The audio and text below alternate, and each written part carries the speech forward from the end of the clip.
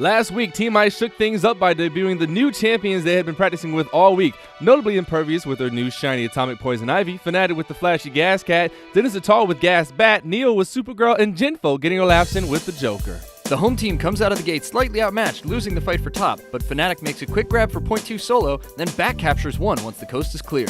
The first fight for the orbital cannon is long and epic, Impurrvious soaking up megatons of damage to pave the way for the eventual firing of said cannon.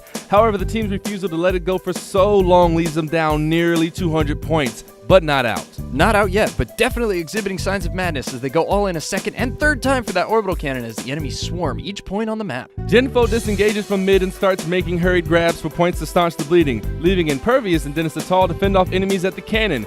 They prove to be a dynamic duo and a show of synchronicity we haven't seen out of the pair in past games. The risky business of occasionally traveling up top to recapture point 1 is like a band-aid on a bullet wound as a battle at mid rages. Eventually, our team is left wanting for over 220 points and is precariously positioned in the double digits. The war has been costly. Madness indeed.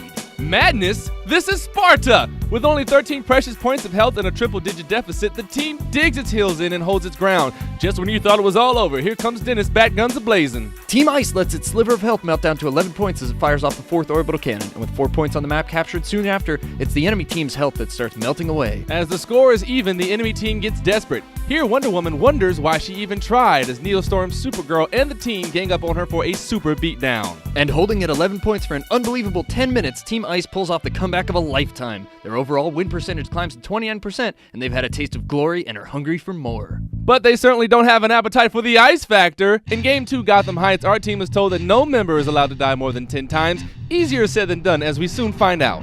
The team starts off strong, synchronized, and united. Mowing down enemies is an unstoppable force to be reckoned with, and firing off cannons like it ain't no thing. 15 minutes in, Team Ice has a nearly 200-point lead on their enemies, but it's here that things start to wilt. With the ice factor looming heavy, conservative play takes over. Here we see FNATIQ's Gas Cat turn tail, and Neostorm's Supergirl takes flight. The running, hiding, and basing take their toll. Team Ice's massive lead disappears and it's curtains. Gently flowing curtains. The 29% win percentage dwindles to 25%. With that, it's time for Gotham Divided, and Rabies steps in for JenFo, introducing a little willpower with his Green Lantern. He pulls no giant green punches and takes out 3 enemies in under 4 minutes right at the top of the game. But Rabies isn't the only one who's mean and green. In bottom lane, Impurrvious' Atomic Poison Ivy and DennisTheTall's Gas Bat clean up, pushing hard and wiping out 2 turrets. By Zatanna, magic isn't real. Meanwhile, Neostorm, Rabies, and FNATIQ echo the brutality in top lane, securing 2 kills and taking out the first top turret, and then making short work of the second top turret. Team Ice joins forces at the top, coming in like a wrecking ball and doing some major twerk, convincing the enemy team that its dampeners aren't real. For the first time in Infinite Crisis experience history, our team dominates the Gotham Divided map. It's the first Divided win for Team Ice, and they're flying high and feeling good with a 33% win percentage. Can they continue their win streak this week? We shall see.